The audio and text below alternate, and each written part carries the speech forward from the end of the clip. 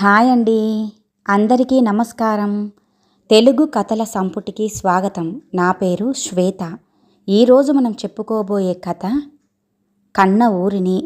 కన్న దేశాన్ని వదిలి కన్న కొడుకుల కోసం పరాయి దేశానికి వెళ్తే అక్కడ తమ కన్నబిడ్డలు ప్రవర్తించిన ప్రవర్తనకు నొచ్చుకొని భార్యాభర్తలు ఇద్దరూ విడివిడిగా చెరొక కొడుకుల దగ్గర ఉండలేక వారు తీసుకున్న నిర్ణయం ఏమిటి, ఆ తల్లి మౌనానికి గల కారణం ఏంటి అనేది ఈ కథలో మనం తెలుసుకుందామండి. కథ పేరు అమ్మ మౌనం. రచించిన వారు ఎం వెంకటేశ్వరరావు గారు. కథలోనికి వెళ్ళే ముందు మన ఛానల్ని మొదటిసారిగా చూస్తున్న వారైతే సబ్స్క్రైబ్ చేసుకోవడం మర్చిపోకండి. కథను పూర్తిగా విన్న తర్వాత లైక్ చేయడం, షేర్ చేయడం అస్సలు మర్చిపోవద్దండి. ఇంకెందుకండి ఆలస్యం, కథలోనికి వెళ్ళిపోదాం. కాలింగ్ బెల్ శబ్దానికి తలుపు తీసిన కృష్ణమూర్తి ఎదురుగా కనిపించిన విశ్వనాథం, జానకిలను చూసి ఆశ్చర్యపోయాడు. అదనపు లగేజీ ఏమీ లేకుండా వెళ్ళేటప్పుడు పట్టుకెళ్లిన లగేజీతోనే తిరిగొచ్చిన స్నేహితుణ్ణి, అతని భార్యని చూసి అవాక్కై లోపలికి ఆహ్వానించాడు. కృష్ణమూర్తి భార్య అన్నపూర్ణ ఇద్దరికీ చల్లని మంచినీళ్ళిచ్చింది. ఏమిట్రా విశ్వం, అమెరికా నుంచి ఇలా అకస్మాత్తుగా ఊడిపడ్డా? అనుకోకుండా బయలుదేరాంరా. అనకాపల్లి నుంచి వచ్చినంత తీరిగ్గా చెబుతున్నావేంట్రా? అమెరికా నుండి అనుకోకుండా రావడమేంటి? అదంతా తర్వాత చెప్తాన్లే. కొడుకులు, కోడళ్ళు, మనవలు అందరూ బాగున్నారా అంటూ అన్నపూర్ణ జానకిని అడిగింది. అందరూ నిక్షేపంగా ఉన్నారు అందావిడ. అన్నపూర్ణ, భోజనం ఏర్పాట్లు చూడు, ఈ లోపల స్నానం చేసొస్తారు అంటూ భార్యతో అన్నాడు కృష్ణమూర్తి. ఇప్పుడేం వద్దమ్మా, వచ్చేటప్పుడు హోటల్లో తినొచ్చాం అన్నాడు విశ్వనాథం. ఒరేయ్, నీ అలవాట్లు నాకు తెలియనివి కావులే గాని ముందు స్నానం చేసిరా, భోజనం చేద్దువు గాని అని భార్య వైపు తిరిగి త్వరగా కానివ్వోయ్ అని చెప్దామనుకునే లోపలే ఆవిడ తన భర్తను అర్థం చేసుకుని కిచెన్లోకి వెళ్ళిపోయింది. జానకి స్నానం చేసి కిచెన్లో ఉన్న అన్నపూర్ణ దగ్గరకొచ్చింది. రండి రండి, ఇలా వచ్చి కూర్చోండి. ఏమిటి అమెరికా విశేషాలు అంటూ నవ్వుతూ అడిగిందావిడ. ఇక్కడికి అక్కడ పచ్చ, అక్కడికి ఇక్కడ పచ్చ అని వాళ్ళ వాతావరణం, నాగరికత అంతా వేరండి అంది జానకి. కొన్నాళ్ల వరకు మీరు కూడా రారని మేమంతా అనుకున్నాం అంది అన్నపూర్ణ. ఆయనకి అక్కడే ఉండాలనే ఉంది. పిల్లలు వెళ్ళొద్దని గొడవ చేశారు. నేనే అక్కడ ఇమడలేకపోయాను అందావిడ. అవునులేండి, పుట్టి పెరిగిన ఊరుని, పరిచయమైన ప్రదేశాలని చూడకుండా ఎన్నాళ్ళుండగలం అంటూ తరిగిన బంగాళాదుంపలను బాండీలో కాగుతున్న నూనెలో వేసింది అన్నపూర్ణ. మీ అమ్మాయి స్నేహ, అల్లుడు బాగున్నారా అంటూ అడిగింది జానకి. అవునండి, మొన్న ఉగాదికే వచ్చి వెళ్ళారు. స్నేహ నిలతప్పింది అంటూ సంతోషంగా చెప్పింది అన్నపూర్ణ. చాలా సంతోషం. మరి ప్రశాంత్ ఇంకా పూణేలోనే ఉన్నాడా? లేదండి, ట్రాన్స్ఫర్ మీద హైదరాబాద్కొచ్చి 2 నెలలు అవుతోంది. వాడు పనిచేస్తున్న కంపెనీ హైటెక్ సిటీ దగ్గరే ఉందట. రోజూ ఈ ట్రాఫిక్లో అంత దూరం వెళ్ళి రావటం కష్టమని అక్కడికి దగ్గరలో ఓ ఫ్లాట్లో ఉంటున్నాడు అంది అన్నపూర్ణ. అన్నపూర్ణ, అయ్యిందా అంటూ అడిగాడు కృష్ణమూర్తి.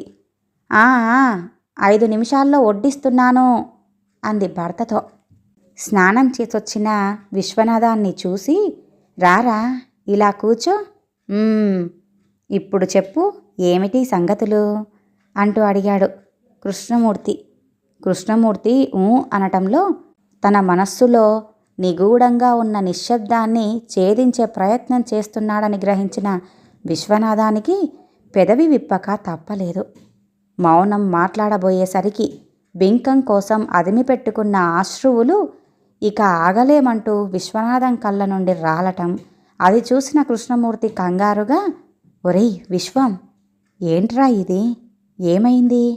ఊరుకో, ఏమైనా ఉంటే తర్వాత మాట్లాడుకుందాంలే, భోంచేద్దువు గానిరా ముందుగా అని ఆప్యాయంగా భుజం మీద చెయ్యేసేసరికి ఉప్పెనలా రాబోయే అశ్రువుల్ని బలవంతంగా ఆపేసి భోజనానికి లేచాడు విశ్వనాథం. కమ్మటి భోజనం. నెయ్యితో అన్నపూర్ణ కొసరి కొసరి వడ్డిస్తుంటే కృష్ణమూర్తి పక్కన కూర్చొని కబుర్లు చెబుతూ ఉంటే చాలా నెలల తర్వాత తృప్తిగా తిన్నారు విశ్వనాథం, జానకిలు. వరండాలో పక్కనే వేసిన మంచాల మీద కూర్చున్నాక, ఇప్పుడు చెప్పరా విశ్వం, అమెరికాలో కొడుకుల దగ్గరే సెటిల్ అవుతావననుకున్నాను. అదే అందరితో చెప్పెళ్ళావు. 3 నాళ్ళ ముచ్చటగా 6 నెలలు తిరగకుండానే ఎందుకు తిరిగొచ్చారు అంటూ అడిగాడు కృష్ణమూర్తి. అదే నేను చేసిన పొరపాటురా. నువ్వెంతగా చెప్తున్నా వినిపించుకోకుండా ఉన్న ఇల్లుని అమ్ముకొని కొడుకులిద్దరూ రమ్మనటం నిజమనుకొని తీరా వెళ్ళాక కనీసం ఎయిర్పోర్టుకి కూడా వచ్చి రిసీవ్ చేసుకోలేనంత బిజీ జీవితాన్ని కొడుకులు గడుపుతున్నారని, వాళ్ళు మా కోసం టైం వేస్ట్ చెయ్యలేక మనుషుల్ని అరేంజ్ చేయటంతోనే బోధపడింది అక్కడ మేం గడపబోయే జీవితం ఎలా ఉంటుందో. మొదట టెక్సాస్లో ఉంటున్న పెద్దబ్బాయి రవీంద్ర దగ్గరికి వెళ్ళాం. వెళ్ళిన 2 రోజులకే యాంత్రిక జీవితానికి అలవాటు పడ్డ కొడుకు కోడలు దగ్గర మేం స్వతంత్రం కోల్పోతున్నామని బోధపడింది. రవీంద్ర భార్య సవిత. ఇంటర్నెట్ ద్వారా కుదిరిన సంబంధం వాళ్ళది. సాఫ్ట్వేర్ కంపెనీల్లో 2 ఉద్యోగాలు. 3 ఏళ్ల కొడుకు 2 ఏళ్ల కూతురు వాళ్ళకి. వాళ్ళు పుట్టాక మొదటిసారి మమ్మల్ని చూసి మా దగ్గరికే రావటానికి భయపడ్డ పిల్లలు 4 రోజుల్లో మమ్మల్ని అతుక్కుపోయారు. మేం వెళ్ళిన వారం రోజులకి డెట్రాయిట్లో ఉంటున్న 2వ కొడుకు నాగేంద్ర వచ్చాడు. వాడి భార్య మైథిలి ప్రెగ్నెంట్ అట. డాక్టరు ప్రయాణం చెయ్యొద్దన్నాడని తీసుకురాలేదట. మైథిలి, నాగేంద్ర ఇద్దరూ ఒకే చోట పనిచేస్తున్నారట. పెద్ద కొడుకు రవీంద్రకి నా చెల్లెలు కూతురు లక్ష్మినిచ్చి పెళ్లి చేద్దామనుకున్నా చివరి నిమిషంలో రవీంద్ర తన పెళ్లి గురించి చెప్పడంతో అంగీకరించక తప్పలేదు మాకు.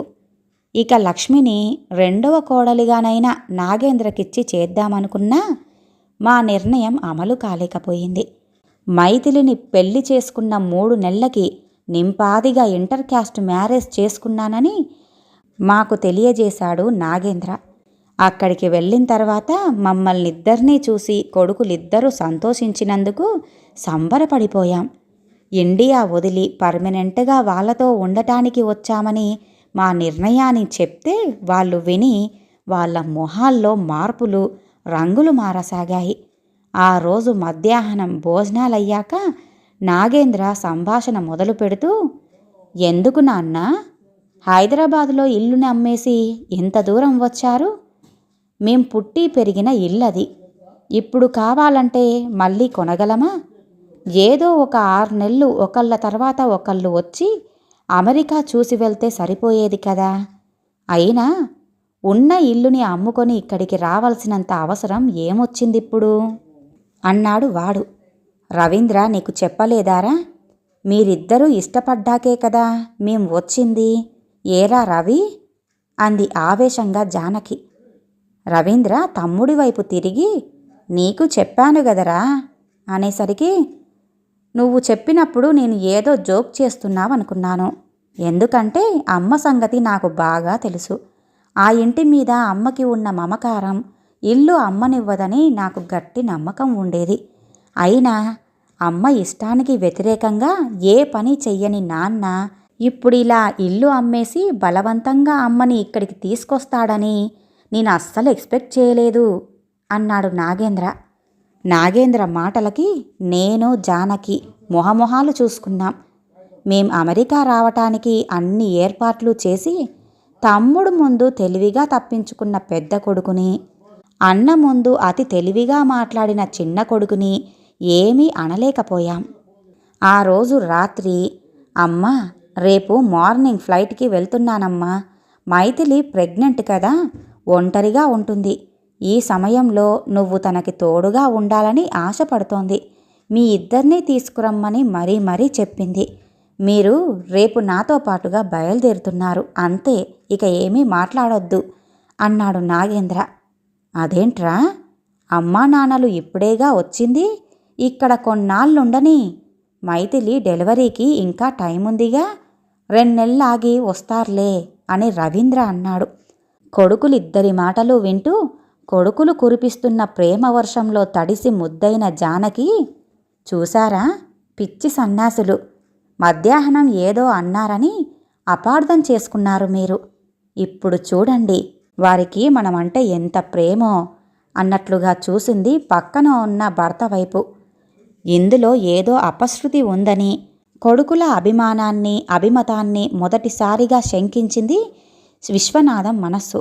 ఇంతలో రవీంద్ర భార్య సవిత అందుకొని, మీరిద్దరూ అత్తయ్య మామయ్యని మా దగ్గర ఉండాలంటే మా దగ్గర ఉండాలని వాదులాడుకునే కంటే కొన్నాళ్ళు మామయ్యని మాతోనూ అత్తయ్యను నీతోనూ తీసుకెళ్ళు నాగేంద్ర, అది అందరికీ మంచిది అంది మరిది వైపు తిరిగి ఎంతో సంబరపడిపోతూ. అవునే, ఇంత మంచి ఐడియా మా మట్టి బుర్రలకి ఎందుకు తట్టలేదు? మీరేమంటారమ్మా చెప్పండి నాన్న అన్నాడు నాగేంద్ర. ఇంకా మేం చెప్పేది ఇంకేముందిరా, మీరు చెప్పింది మేం వినడం తప్ప అనేసరికి భర్త వైపు చూసింది జానకి. ఆవిడ చూపుకి అర్థం మౌనం అని అర్థమైన విశ్వనాథం ఇక నోరు విప్పలేదు. సరేనమ్మా, అయితే రేపే మన ప్రయాణం, నీ లగేజీని సర్దుకో అని వెళ్ళిపోయాడు నాగేంద్ర.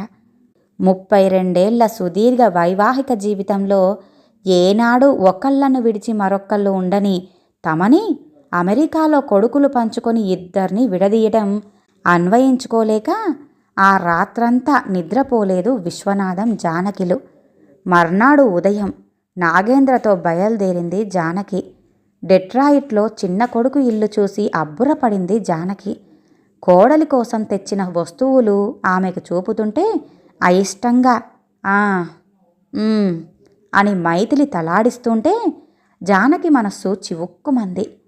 ఉదయం నిద్రలేచి కాలకృత్యాలు తీర్చుకొచ్చి వేడి వేడి ఫిల్టర్ కాఫీ ఇద్దరూ కలిసి తాగుతూ న్యూస్ పేపరు జానకితో కలిసి చదివే అలవాటు ఉన్న విశ్వనాథానికి విరుద్ధంగా ఆలస్యంగా నిద్రలేచి వాళ్ళ టైం ప్రకారం సవిత కాఫీ తెచ్చిచ్చేసరికి కాఫీ మీద ఉన్న ఇష్టం మొత్తం చచ్చిపోయింది విశ్వనాథానికి. స్నానం చేసి కాసేపు పూజ చేసుకోవటానికి అంత పెద్ద ఇంట్లో చిన్న దేవుని గది కాదు కదా, కనీసం దేవుడి పటం కూడా లేకపోవటం ఇబ్బందిగా అనిపించి అదే మాట కొడుకుని అడగ్గా, అవన్నీ ఇక్కడ ఎలా కుదురుతాయి నాన్న, సర్దుకుపోవాలి అని తేలిగ్గా తీసేయటంతో ఇన్నేళ్ళు అంటిపెట్టుకున్న పూజా పునస్కారాలకి ఓ మనో నమస్కారం పెట్టుకోవటంతో సరిపెట్టుకున్నాడు విశ్వనాథం. దినచర్య కుదింపుతో పాటు ఆహారపు అలవాట్లకు అడ్జస్ట్ అవ్వాల్సిన పరిస్థితి ఎదురైంది.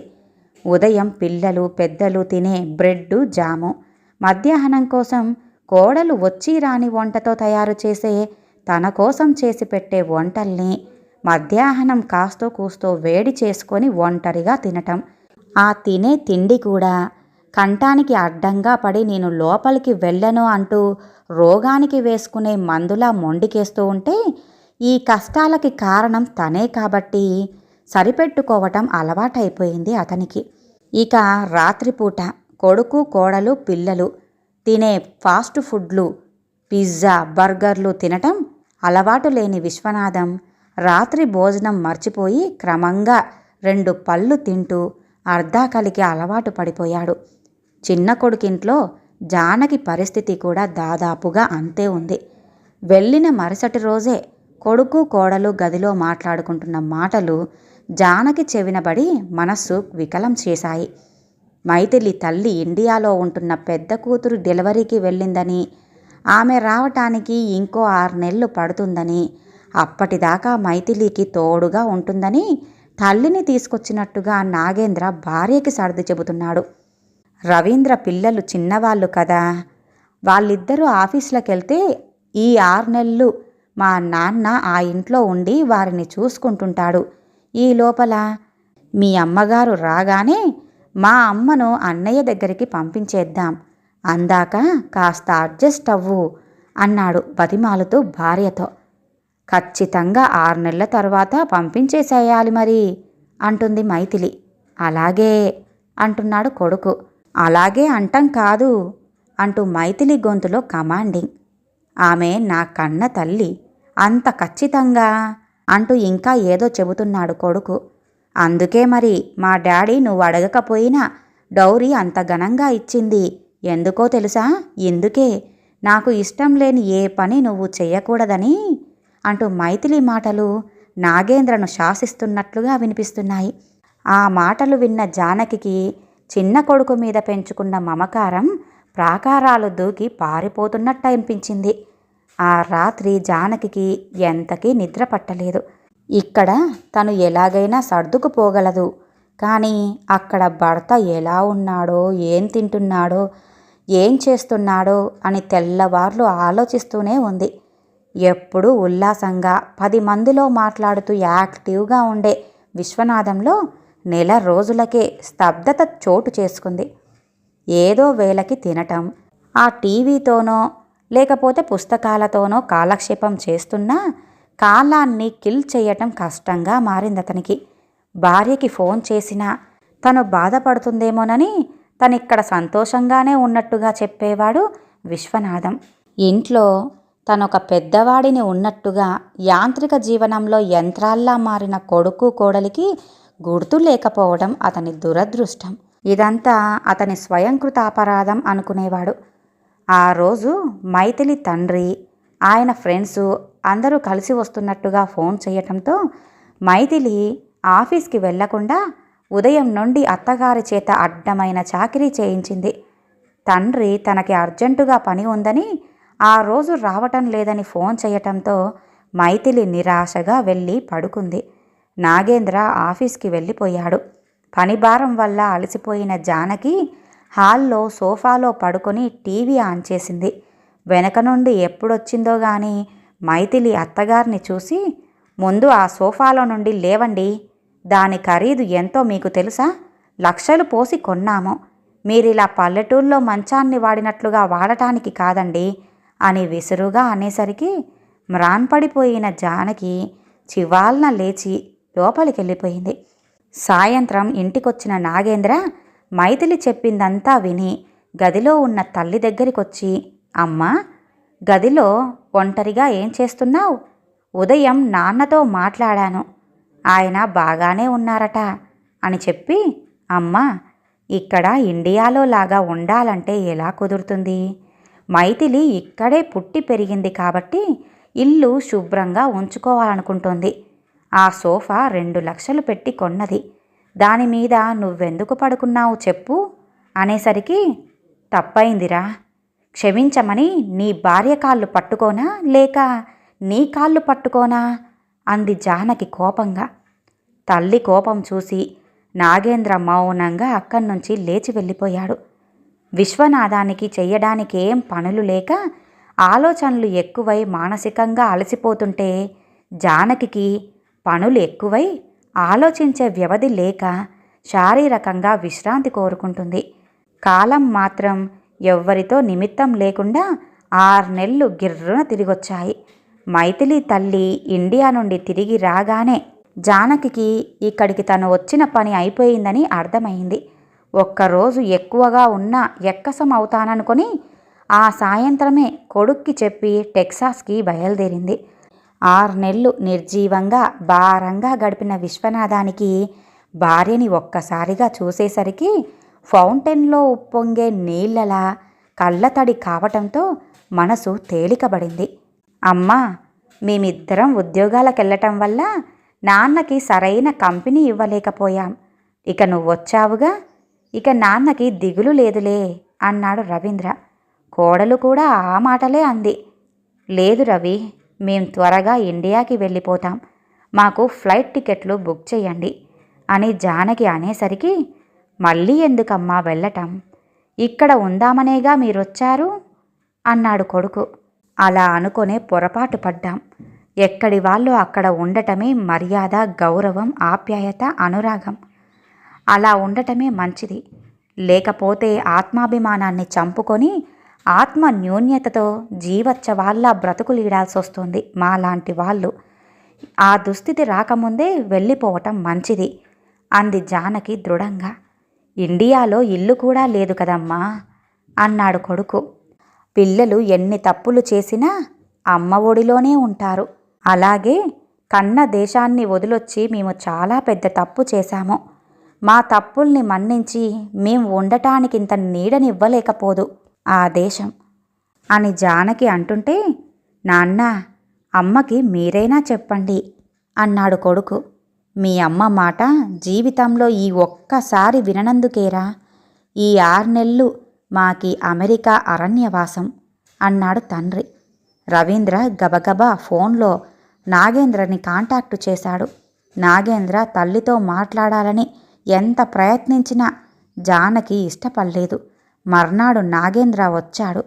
అన్నదమ్ములిద్దరూ ఎంత బతిమాలినా జానకి నిర్ణయం మార్చుకోలేదు. 2 రోజుల తర్వాత రవీంద్ర ఫ్లైట్ టికెట్లతో పాటు 2 లక్షల చెక్ ఇవ్వబోతుంటే కేవలం టికెట్స్ మాత్రమే తీసుకొని చెక్కుని తిరిగిస్తూ, దేనినైనా డబ్బుతో కొనగల స్తోమత మీకిప్పుడు ఉన్నా మిమ్మల్ని కన్న తల్లిదండ్రులుగా మా కన్న ప్రేమను 2 లక్షలకు మీకు అమ్ముకునే దుస్థితి మాకింకా రాలేదు, ఇక రాబోదు. ఎందుకంటే మాలో ఇంకా ఆత్మాభిమానం బ్రతికే ఉంది అంది జానకి. అలా మా ప్రయాణం ఇండియాకి మొదలయ్యింది అంటూ చెప్పడం ముగించిన విశ్వనాథంతో, నువ్వేం దిగులు పడకు, మీకు మేమున్నాం, మిగిలిన విషయాలు రేపు మాట్లాడుకుందాం అని కృష్ణమూర్తి స్నేహితుడి భుజం తట్టడంతో గుండెల నిండా గాలి పీల్చుకొని పడుకున్న విశ్వనాథానికి వెంటనే నిద్ర పట్టింది. చాలా కాలం తర్వాత కృష్ణమూర్తి, విశ్వనాథాలు కలిసి శంషాబాదు దగ్గర 10 ఏళ్ల క్రితం 5,000కి కొన్న స్థలం ఎయిర్పోర్టు పుణ్యమా అని హాట్ కేక్లా 75 లక్షలకు అమ్ముడుపోయింది. కృష్ణమూర్తి ఇంటి పక్కన్నే కొత్తగా కడుతున్న అపార్ట్మెంట్లో విశ్వనాథం దంపతులకు ఓ ఫ్లాట్ కొనిపెట్టాడు కృష్ణమూర్తి. సరిగ్గా 2 ఏళ్ల తర్వాత కాలింగ్ బెల్ శబ్దానికి తలుపు తీసిన విశ్వనాథానికి కొడుకులిద్దరూ ఎదురుగా కనిపించేసరికి ఆశ్చర్యపోయి, రండర్రా, లోపలికి రండి అన్నాడు ముక్తసరిగా. జానకి, ఎవరొచ్చారో చూడు అని భార్యను పిలిచే లోపలికొచ్చి కూచున్నారు 2 కొడుకులు. ఏం నాన్న, కొడుకులిద్దరూ పోయారనుకున్నారా అన్నాడు పెద్దవాడు. అవన్నీ ఎందుకు లేరా, మీ భార్యా పిల్లలెక్కడా అంటూ అడిగాడు. హోటల్లో ఉన్నారు నాన్న అన్నాడు రవీంద్ర. నాన్న, అమ్మేది? ఎక్కడ ఉంటున్నారో కూడా తెలీదు, కనీసం ఫోన్ నెంబరు కూడా మాకివ్వలేదు. మేమేం తప్పు చేశామని మీరిద్దరూ మా మీద స్ట్రైక్ చేస్తున్నారు అంటూ ఆవేశంగా అన్నాడు నాగేంద్ర. మేమెలా ఉండాలో, ఎక్కడ ఉండాలో మాకు స్ట్రైక్ అయ్యేటట్టుగా చేశారా మీరిద్దరూను అన్నాడు ఆయన. కొడుకులిద్దరినీ చూడటానికి జానకి ఎంతకీ బయటికి రాకపోతుంటే నాగేంద్ర లేచి లోపలికి వెళ్ళబోతుంటే వేగంగా బయటికి వస్తున్న తల్లిని చూసి అమ్మా అని పిలిచాడు. కొడుకుల వైపు కన్నెత్తి కూడా చూడకుండా, ఏమండి, రెడీ అయ్యారా అంది.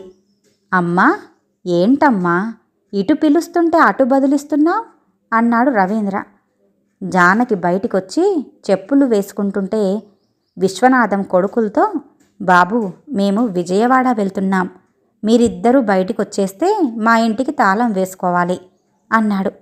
తండ్రి మాటలకిద్దరూ వేగంగా బయటికొచ్చేశారు.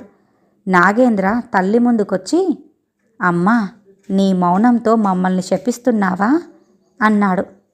తల్లి పిల్లల క్షేమమే కోరుతుంది గాని ఎప్పుడూ శపించదు అని వాళ్ళకి చెప్పి, త్వరగా బయలుదేరండి అంది భర్తతో. వెళ్ళిపోతున్న తల్లిదండ్రుల వైపు అవాక్కై చూస్తూ నిలబడ్డారు అన్నదమ్ములిద్దరూ. ఈ కథ ఇంతటితో సమాప్తమండి. విన్నారుగా. కన్న దేశాన్ని వదిలి కన్న కొడుకుల కోసం పరాయి దేశానికి వెళ్ళిన ఆ తల్లిదండ్రులు అక్కడ విడిపోయి చెరొక కొడుకుల దగ్గర ఉండలేక ఎలాంటి నిర్ణయాన్ని తీసుకున్నారో. మరి ఈ కథ గనుక మీకు నచ్చినట్లయితే లైక్ చేయండి, షేర్ చేయండి, అలాగే సబ్స్క్రైబ్ చేసుకొని మన ఛానల్ని ఎంకరేజ్ చేయండి. మీ యొక్క విలువైన అభిప్రాయాలను కామెంట్ రూపంలో తెలియజేయండి. ఇంత మంచి కథను మనకు అందజేసిన ఎం వెంకటేశ్వరరావు గారికి ధన్యవాదాలు తెలియజేసుకుంటున్నానండి. మరొక మంచి కథతో మళ్ళీ కలుద్దామండి. నమస్కారం.